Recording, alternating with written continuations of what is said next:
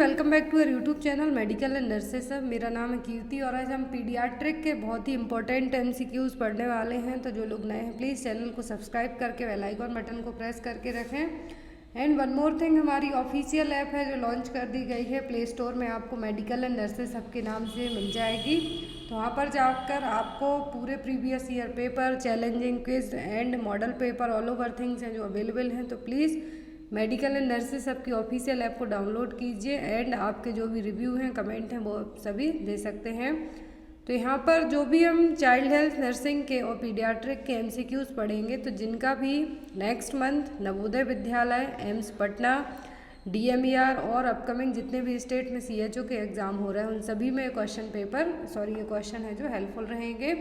And जितने भी अभी तक क्वेश्चन जो एग्ज़ाम्स हुए हैं अलग अलग जगह, वो सभी क्वेश्चन पेपर अवेलेबल करवाए जा रहे हैं ऑफिशियल ऐप पर। तो आप ऐप पर जाकर डाउनलोड कीजिए प्ले स्टोर पे जाके, एंड देन अपने जो भी पेपर हैं आप उनको डाउनलोड कर सकते हैं, रीड आउट कर सकते हैं। सभी टाइप के एक्सेस वहाँ पे दिए हुए हैं। बहुत ही चीप प्राइस रखी गई है। चैलेंजिंग क्विज है वहाँ पर, फ्री में आपके लिए ओपन है।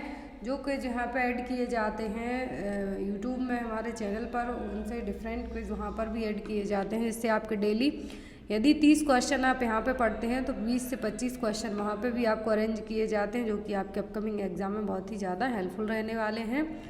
तो यहाँ पर फर्स्ट क्वेश्चन है, what is the term used to define care given to baby who required only initial steps of resuscitation.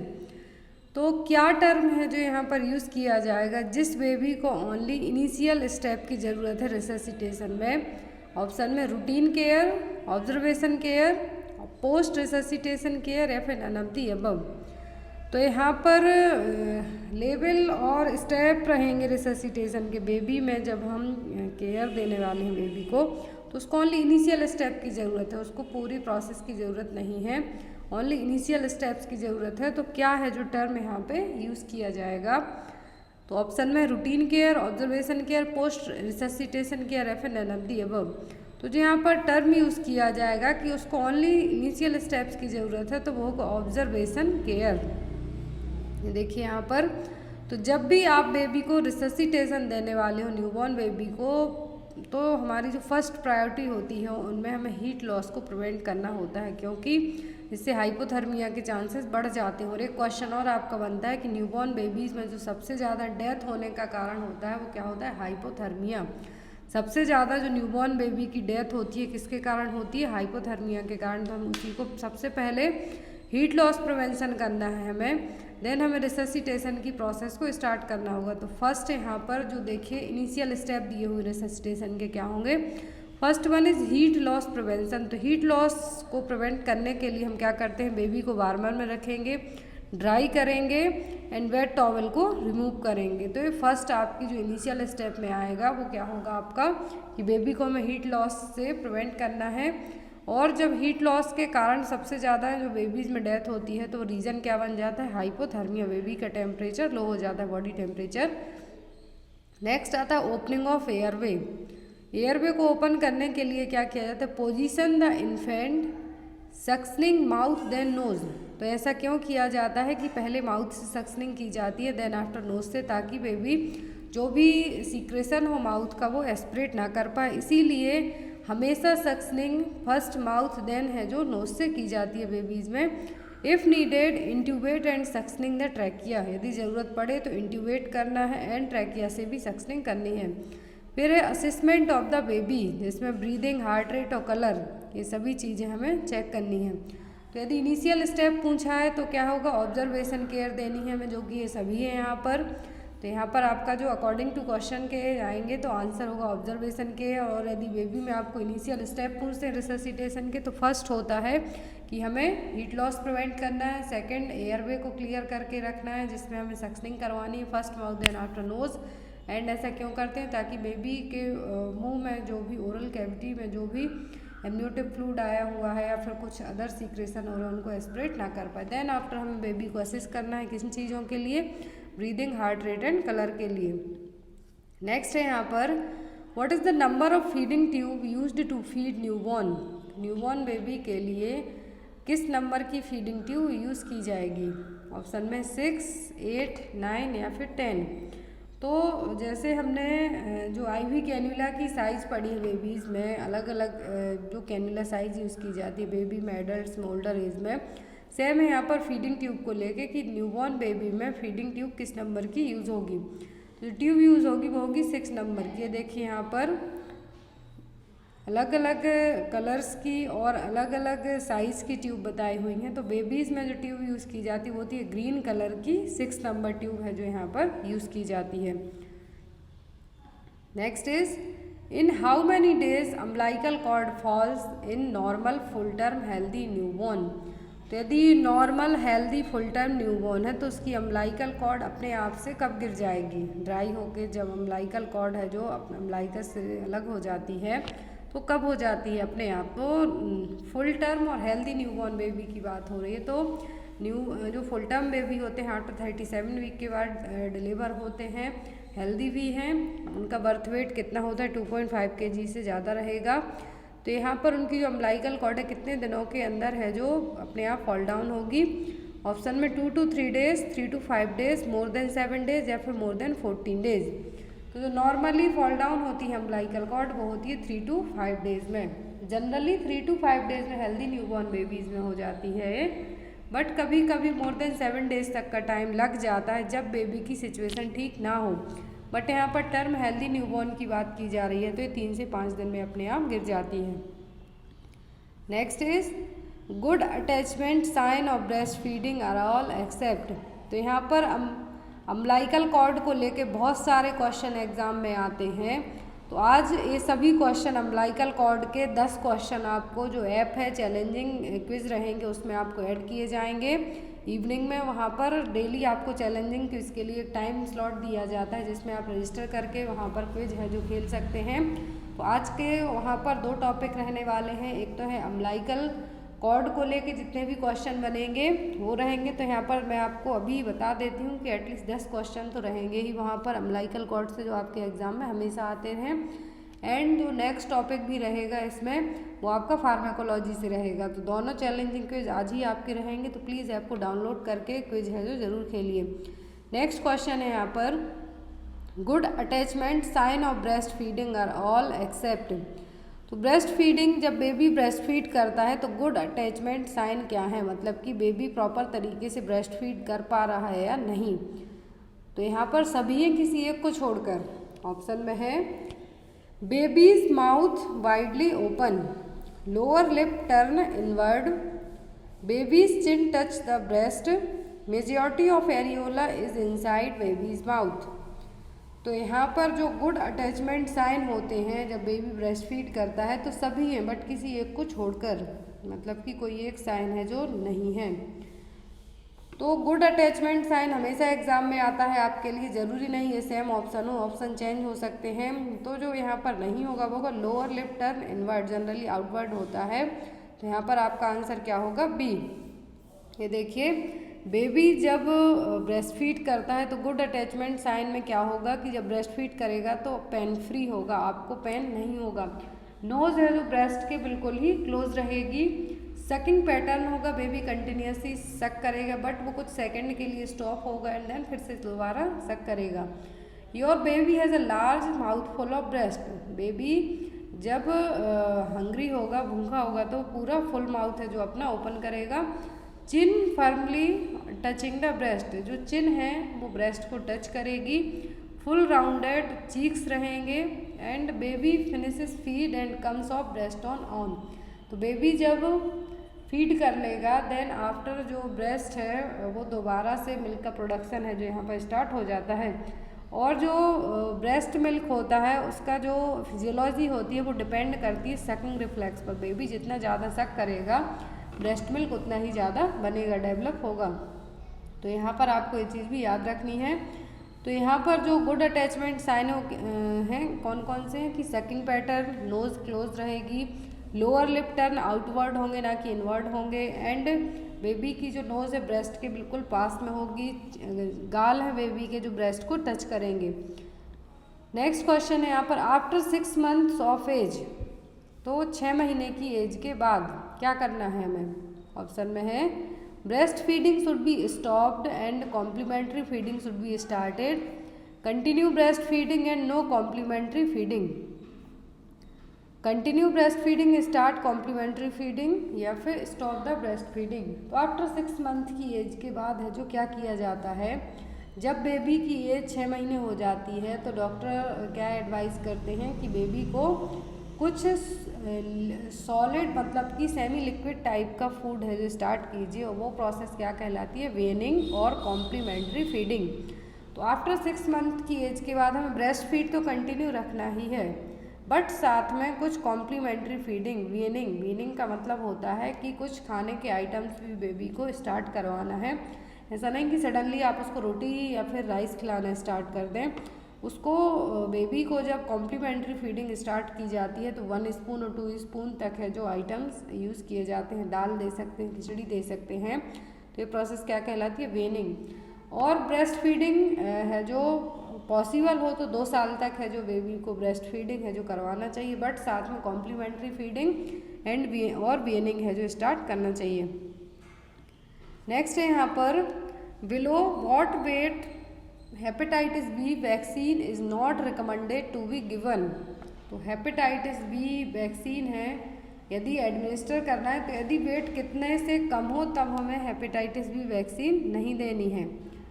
Option में है यहाँ पर 1 kg, 2 kg, 3 kg या फिर 2.5 kg। तो जो हेपेटाइटिस बी वैक्सीन है किस एज का मतलब कि कितना वेट होगा जब हमें नहीं देनी है, तो जनरली जब बर्थ वेट 2 kg से भी कम होता है तब हमें हेपेटाइटिस बी वैक्सीन है जो नहीं देना है। जितने भी बेबीज़ क्या हुए हैं हेपेटाइटिस बी क्या किया जाता है, आफ्टर बर्थ है जो बेबी को एडमिनिस्टर किया जाता है। बट यदि बेबी का बर्थ वेट 2 kg से कम हो तब हमें ऐसे केस में है जो हेपेटाइटिस बी का वैक्सीन है जो नहीं देना है। जब तक बर्थ वेट 2 kg क्रॉस ना हो जाए तब तक हमें वेट करना होगा 1 month 15 days जितने भी दिन में। एंड जो भी बेबीज़ जो hepatitis B antigen negative mother से डिलीवर हुए हैं उनको भी हमें वेट करना होता है कि उनका बर्थ वेट या तो 2 kg से ज़्यादा हो जाए या फिर 2 महीने की एज के बाद ही उनको हम हेपेटाइटिस बी वैक्सीन दे सकते हैं। तो इस टाइप का क्वेश्चन आता है कि कितने वेट पे हमें नहीं देना है। जब बर्थ वेट 2 kg से भी कम हो तब हमें हेपेटाइटिस बी वैक्सीन नहीं देना है। हम वेट कर सकते हैं जब तक बेबी का वेट जो वज़न है बेबी का कितना ना हो जाए, 2 किलो क्रॉस ना हो जाए, 2 kg क्रॉस ना हो जाए। नेक्स्ट क्वेश्चन है यहाँ पर, fertilization of 2 different ovum released in same cycle is known as. तो यहाँ पर फर्टिलाइजेशन हो रहा है 2 ओवम का, लेकिन वो दोनों एक ही सेम साइकिल मेंस्ट्रुअल साइकिल में रिलीज हुए हैं, तो क्या कहलाएंगे। ऑप्शन में सुपरफिटेशन, सुपरफिकंडेशन, फीटस अकार्डियाकस, फीटस पैपिरसेसियस। तो क्या टर्म है जो यहाँ पे यूज़ किया जाएगा कि जब फर्टिलाइजेशन की प्रोसेस 2 यहाँ पर डिफरेंट ओवम हैं बट वो दोनों डिफरेंट ओवम एक ही साइकिल में रिलीज़ हुए हैं बट वो अलग अलग टाइम पर उनका फर्टिलाइजेशन हो गया है।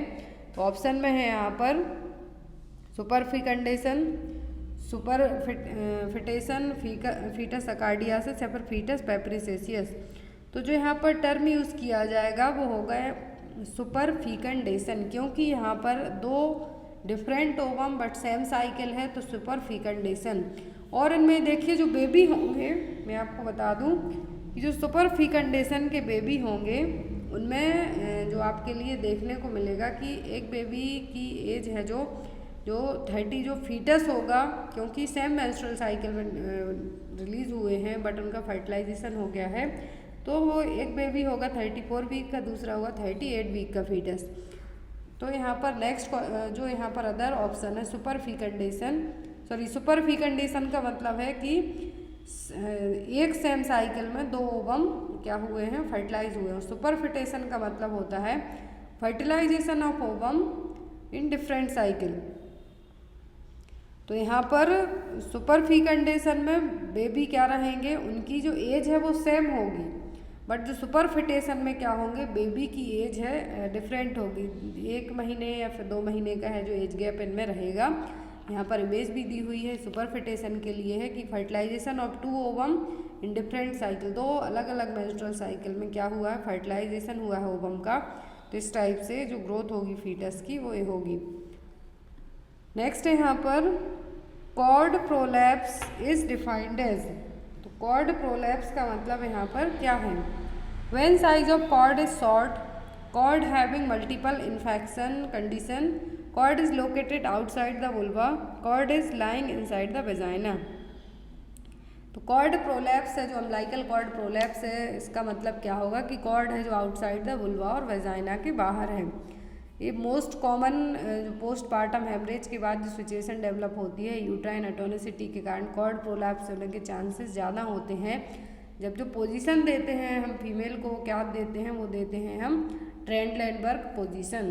कॉर्ड प्रोलैप्स वालों के लिए क्वेश्चन आता है यदि एग्जाम में कॉर्ड प्रोलैप्स हो रही है तो हम क्या पोजीशन देंगे जिसको हम प्रिवेंट कर सकते हैं, क्योंकि इसमें अलग अलग डिग्री से फिर कॉर्ड प्रोलैप्स होती है, तब हम पोजीशन देते हैं ट्रेंडलैंडबर्ग। तो यहाँ पर 3 क्लिनिकल टाइप दिए हुए हैं कॉर्ड प्रोलैप्स के।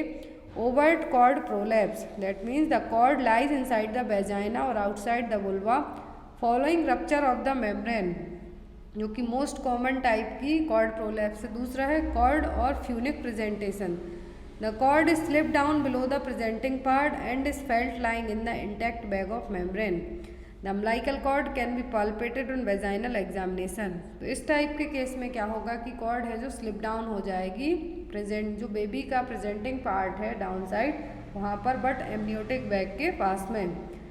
फिर है थर्ड ऑकल्ट कॉर्ड प्रोलैप्स, जिसमें जो the cord is placed by the side of the presenting part and not felt by the fingers on internal examination, और जो कि मेम्ब्रेन को एम्नियोटिक मेम्ब्रेन है जो फ्लूइड है वहाँ पर उसको भी रप्चर है जो कर सकती है। तो ये क्लिनिकल टाइप है, बट इसकी डिग्री भी रहती है, अलग अलग डिग्री से जो कॉर्ड प्रोलैप्स होती है। नेक्स्ट है यहाँ पर interior fontanelle is ossified at, तो जो इंटीरियर फॉन्टेनेल होते हैं किस एज में ऑसिफिकेशन का मतलब होता है क्या हो जाते हैं, जुड़ जाते हैं, एक दूसरे में मिक्स हो जाते हैं, मर्ज हो जाते हैं। ऑप्शन में 1 month after birth, 6 month after birth, 18 month after birth या फिर 25th मंथ आफ्टर बर्थ। तो मैं बता दूं कि जो एंटीरियर फॉन्टेनेल है ये लेट क्लोज होते हैं एज कम्पेयर टू पोस्टीरियर के। पोस्टीरियर फॉन्टेनेल हमेशा 1.5 मंथ के अंदर क्लोज हो जाते हैं, बट जो एंटीरियर फॉन्टेनेल होते हैं इनमें एटलीस्ट 1.5 ईयर तक का टाइम है जो लग जाता है। तो यहाँ पर आपका आंसर क्या होगा, C 18 month after the birth. अब यहाँ पर इमेज दी हुई है anterior fontanelle posterior fetal skull है यहाँ पर एक्चुअल में, और दोनों के बीच में डिफरेंस दिया हुआ है एंटीरियर और पोस्टीरियर, क्योंकि एग्जाम में आ सकता है। तो यहाँ से आपके 6 से 7 क्वेश्चन तक हैं जो कवर होंगे। तो एंटीरियर फॉन्टेनल का दूसरा नाम क्या होता है, ब्रैग्मा। क्या होता है एंटीरियर फॉन्टेनल का दूसरा नाम, ब्रैग्मा, और जो कि डायमंड शेप में रहेगा। और जो पोस्टीरियर है इसका दूसरा नाम क्या है, लैम्डा, और जो कि ट्रायंगल शेप में रहेगा। एंड जो ऑब्लिटरेटेड और यहाँ पर ऑसिफिकेशन है वो 1.5 ईयर में हो जाता है जनरली एंटीरियर फॉन्टेनल का, बट जो पोस्टीरियर होते हैं इनका 1.5 मंथ के अंदर ही क्या हो जाता है, फ्यूजन है जो हो जाता है। नेक्स्ट है यहाँ पर जो एंटीरियर फॉन्टेनल हैं, यहाँ पर 4 बॉन्स मिलकर इसको बनाती हैं, 4 सूचर कनेक्ट होंगे, बट जो पोस्टीरियर है यहाँ पर 3 सूचर ही कनेक्ट होंगे। और हमेशा जो एंटीरियर पोस्टीरियर फॉन्टेनल में डिफरेंस यदि आपको एग्जाम में आता है तो वो यही आता है कि क्लोज हैं जो ऑसिफिकेशन है सबसे पहले किसका होता है, कौन से सूचर हैं जो कहाँ पर होते हैं। Next is during intrauterine life neural tube is closed completely.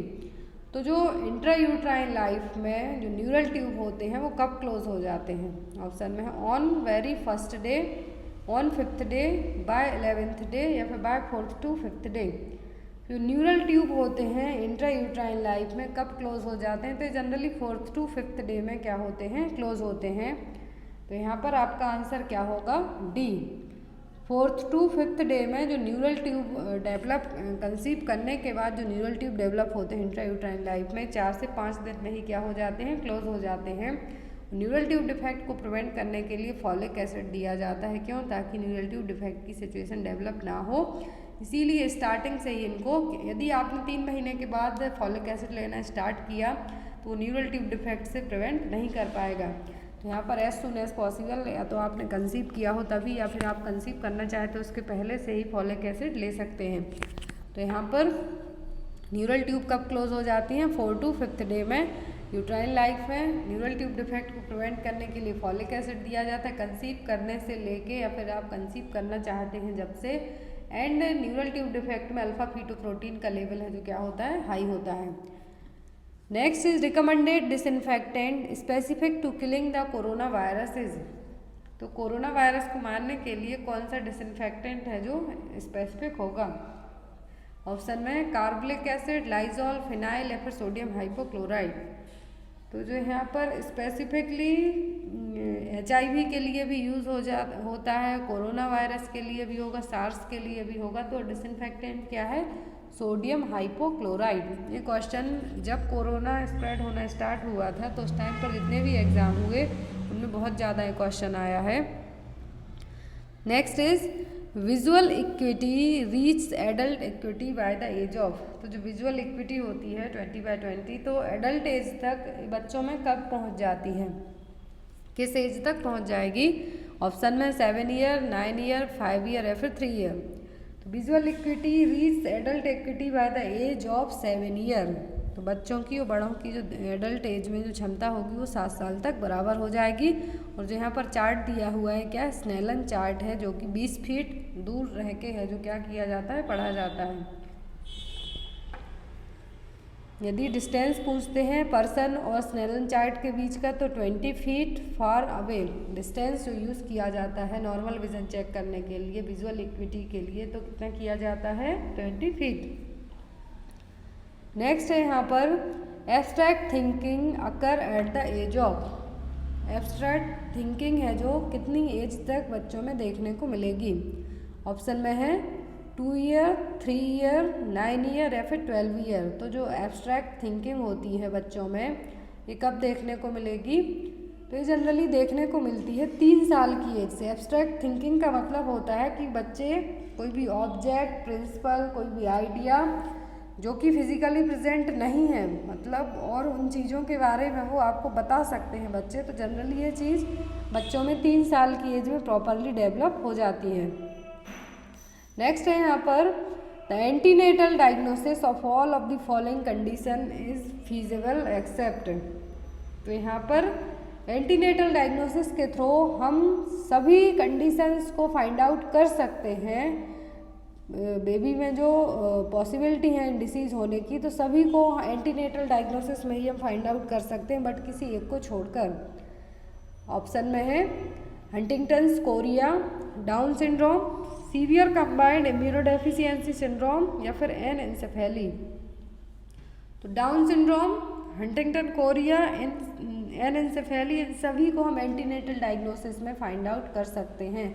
क्योंकि ऐसे केस में जो डाउन सिंड्रोम है इसमें जो भी एनोमली स्कैनिंग होती हैं, एनएन्सेफेली और हंटिंगटन कोरिया, सभी चीज़ें हैं जो फाइंड आउट की जा सकती है एंटीनेटल डायग्नोसिस में। ब्लड टेस्ट के थ्रू पता चलेगा एनएन्सेफेली या फिर एनटीडी टाइप से कुछ डेवलप तो नहीं हो रहा है, न्यूरल ट्यूब डिफेक्ट तो डेवलप नहीं हो रहा है, डाउन सिंड्रोम की सिचुएशन तो नहीं है। तो जो एनोमली स्कैनिंग होती है, ब्लड टेस्ट होते हैं एंटीनेटल डायग्नोसिस में, सभी से हम सबको पता कर सकते हैं, but severe combined immunodeficiency syndrome को हम फाइंड आउट नहीं कर पाएंगे।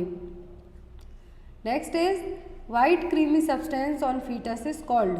तो बेबी जब डिलीवर होता है उसकी बॉडी पर वाइट क्रीमी चीज़ी टाइप का सब्सटेंस लगा होता है, वो क्या कहलाता है? White coat, milky patch, vernix caseosa या फिर नन ऑफ द अबव। तो जो वाइट क्रीमी सब्सटेंस लगा होता है बेबी की स्किन पर वो क्या कहलाता है? Vernix caseosa. Next is highest incidence of marasmus is seen in which age. तो मरासमस के जो केस होते हैं वो सबसे ज़्यादा किस एज में देखने को मिलेंगे?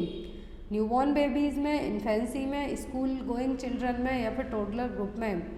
तो न्यूबॉर्न बेबी का मतलब होता है जो कि डिलीवर हुए हैं तुरंत 0 to 28 डेज तक के। इन्फेंसी का मतलब होता है 1 ईयर तक के, टोडलर हैं 3 ईयर एज ग्रुप तक के बच्चे, एंड स्कूल गोइंग हैं 6 to 12 ईयर तक के बच्चे।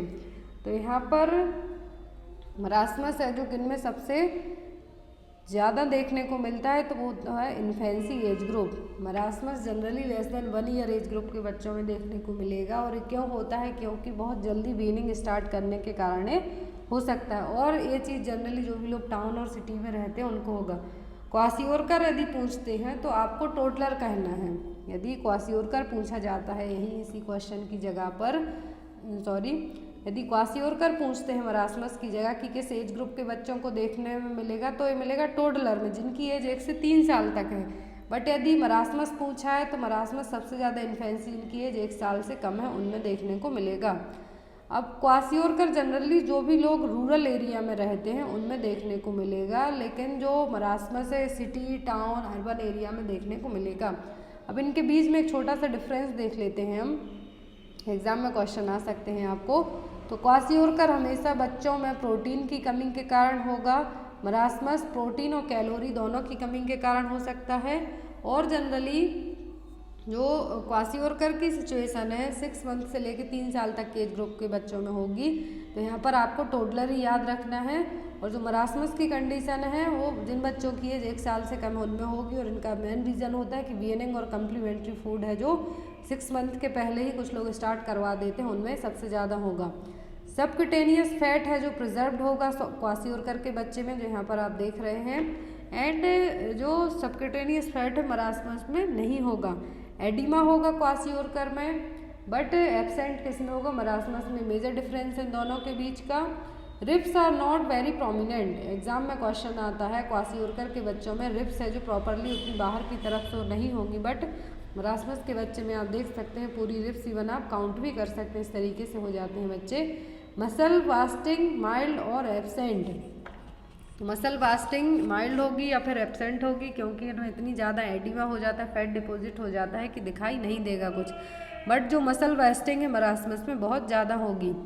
The person suffering from kwashiorkor needs adequate amount of protein, तो प्रोटीन की कमी के कारण क्वासियोरकर हुआ है तो प्रोटीन देंगे तो ठीक हो जाएगा। और यदि मरासमस है तो प्रोटीन, एनर्जी दोनों, कैलोरी की कमी के कारण हुआ है तो proper protein, fat, carbohydrate, calorie मिलेगी तो वो ठीक हो जाएगा। बट इसमें फिर माइल्ड, मॉडरेट, सीवियर सिचुएशन भी आती हैं प्रोटीन, एनर्जी, माल न्यूट्रिशन में, तो उनका ट्रीटमेंट है जो डिफरेंट किया जाता है। Next is neonatal mortality rate is calculated by estimating the number of newborn death with in how many days. तो न्यूनेटल मॉर्टेलिटी रेट यदि हम कैलकुलेट कर रहे हैं तो यदि न्यूबॉर्न बेबी की डेथ कितने दिनों के अंदर हो जाए तब हम इसको NMR कहेंगे और न्यूनेटल मॉर्टेलिटी रेट कहेंगे। 24 आवर, 28 डेज, 1 वीक या फिर 1 ईयर। तो यहाँ पर न्यूनेटल पूछा है तो न्यूनेट 0 to 28 डेज तक के बेबीज होते हैं, तो यहाँ पर आपका आंसर भी क्या होगा 28 डेज। न्यूनेटल मॉर्टेलिटी रेट पूछते हैं तो 28 डेज। और जो सबसे ज़्यादा न्यूनेटल मॉर्टेलिटी का मेन रीज़न होता है हाइपोथर्मिया या फिर प्रीटर्म बेबीज़ हैं जो हो सकते हैं। तो न्यूनेटल मॉर्टेलिटी रेट का फॉर्मूला आपको याद रखना है, number of death under 28 days of age divided by number of live birth during the same period into 1000। तो ये क्या हो गया न्यूनेटल मॉर्टेलिटी रेट। अब यदि न्यूनेटल पूछते हैं तो 28 डेज, यदि इन्फेंट मॉर्टेलिटी रेट पूछते हैं तब जो एक साल से कम एज ग्रुप के बच्चों की डेथ होती है तो उनको यहाँ पे काउंट किया जाएगा। न्यूनेट में 28 डेज और इन्फेंट मॉर्टेलिटी रेट में 1 year. The number of death to children under 1 year of age पर 1000 live birth in the same year, it's the infant mortality rate. इस तरीके से यहाँ पर कैलकुलेट किया जाता है। Number of death to children less than 1 year old divided by number of live birth into 1000। और यदि यही चीज़ मैटरनल मॉर्टेलिटी रेट के लिए आती है तो यहाँ पर आपने तो 1000 याद रख लिया, बट ये चीज़ मैटरनल मॉर्टेलिटी रेट में 1 लाख हो जाती है। कितनी? 1 लाख। जो नॉमिनेटर यहाँ पर जो नंबरिंग यूज़ की गई है वो कितनी है? 1 lakh. Number of maternal death divided by total number of live birth into 1 lakh. MMR है जो इस तरीके से कैलकुलेट की जाती है। और अभी तक जो सबसे ज़्यादा इन्फेंट मॉर्टेलिटी रेट रही है वो मध्य प्रदेश की रही है, आई थिंक 52 के आसपास रही है। अभी 2022 का डेटा चेक नहीं किया है, बट जो प्रीवियस तक जो क्वेश्चन आए हैं एग्ज़ाम उनके अकॉर्डिंग और जो डेटा था उसके अकॉर्डिंग सबसे ज़्यादा जो इन्फेंट मॉर्टेलिटी रेट रही है वो कहाँ की रही है, मध्य प्रदेश की। वहाँ पर सबसे ज़्यादा डेथ है जो बच्चों की होती है less than 1 year age group के बच्चों की। तो यहाँ पर ये जितने भी क्वेश्चंस थे ये सभी पीडियाट्रिक के आपके लिए रिपीटेड क्वेश्चन रहे हैं जो एग्ज़ाम में आएंगे। एंड देन ऐप को डाउनलोड कीजिए। मैं आपको ऐप के बारे में थोड़ा सा हमारी ऑफिशियल ऐप जो कि आप लोगों के लिए प्ले स्टोर में ऑलरेडी अपडेटेड है, तो आप लोग प्लीज़ इसको डाउनलोड कीजिए। इसमें बहुत ही अच्छे अच्छे टॉपिक एंड क्विज़ हैं जो ऐड किए जा रहे हैं, डेली चैलेंजिंग क्विज़। यहाँ पर आप जैसे ही ऐप को डाउनलोड करेंगे तो यहाँ पर आपको पूरा ऐप है जो ओपन रहेगा, तो इसमें अलग अलग चीज़ों से यहाँ पर आपको वोटिंग भी कर सकते हैं आप, यदि कुछ क्विज़ आपको 1 या 2 क्विज़ अलग से ऐड किए गए हैं होम पेज पर।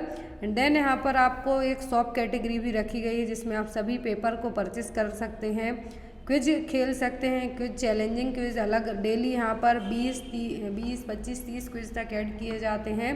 एंड देन जिन भी लोगों को सब्सक्रिप्शन लेना है तो वो सब्सक्रिप्शन भी ले सकते हैं। यहाँ पर प्लान भी दिया हुआ है, बहुत ही चीप प्राइस रखी गई है कि आपको यदि 6 मंथ का प्लान लेना है तो आपको कितना पे करना होगा। एंड देन यदि आपने 6 मंथ के लिए प्लान लिया तो आपको 83 रुपीज़ पर मंथ पड़ेगा, और 12 मंथ के लिए लिया तो 75 रुपीज़ पर मंथ के हिसाब से प्लान आपको सब पड़ेंगे। तो आप लोग इन चीज़ों को ले सकते हैं। एंड देन जो भी लोग एक बार प्लान ले लेते हैं 6 महीने का लेंगे तो आपको 6 महीने के लिए यदि यहाँ पर मैंने 500 PDF तक अपडेट कर दी, ऑलरेडी यहाँ पर 100 पेपर तक अपडेट हो चुके हैं, यदि मैंने यहाँ पर 500 PDF अपडेट कर दी तो आप 6 महीने तक उन सभी PDF को पढ़ सकते हैं, डाउनलोड करके प्रिंट आउट भी ले सकते हैं, चाहे वो कहीं के भी पेपर हों। 12 मंथ वाले 1 साल तक इन चीज़ों को यूज़ कर सकते हैं। तो यहाँ पर ऐप को डाउनलोड कीजिए। देखिए यहाँ पर रैंक रही, जो भी लोग क्विज खेलते हैं डेली लीडर बोर्ड में आपकी रैंक है जो यहाँ पर शो होती जाती है। तो अभी जो प्राइस है यहाँ पर बहुत चीप रखी गई है, जैसे ही 1000 तक ये जो माइलस्टोन है पहुँचेगा, हो सकता प्राइस है जो बढ़ानी पड़े क्योंकि डेटाबेस में भी चार्ज लगते हैं। तो इसीलिए जो भी लोग अभी इनिशियली अभी यहाँ पर सब्सक्रिप्शन लेंगे तो उनके लिए चीज़ सस्ते में मिल जाएगी। बाद का है जो यदि ज़्यादा डेटाबेस फिलअप करना पड़ा, ज़्यादा चार्जेस लगे तो आपको भी ज़्यादा पे करना पड़ सकता है। तो जो भी लोग अभी इंटरेस्टेड हो, स्टार्टिंग के 1000 लोगों के लिए यहाँ पर डिस्काउंट के साथ ये चीज़ें रखी गई हैं। एंड जो भी लोग क्विज़ खेलना चाहते हैं तो क्विज़ भी आप लोग यहाँ पर खेल सकते हैं। अभी यहाँ पर 8 से 10 क्विज़ तक है जो ऐड कर दिए गए हैं। डेली यहाँ पर डेली 1 या 2 क्विज़ चैलेंज स्टार्ट होते हैं तो आप उनको भी खेल सकते हैं। ऐप को डाउनलोड कीजिए, अपने रिव्यू दीजिए, अपने फ्रेंड्स के साथ इनको शेयर कीजिए। तो थैंक यू फॉर वॉचिंग।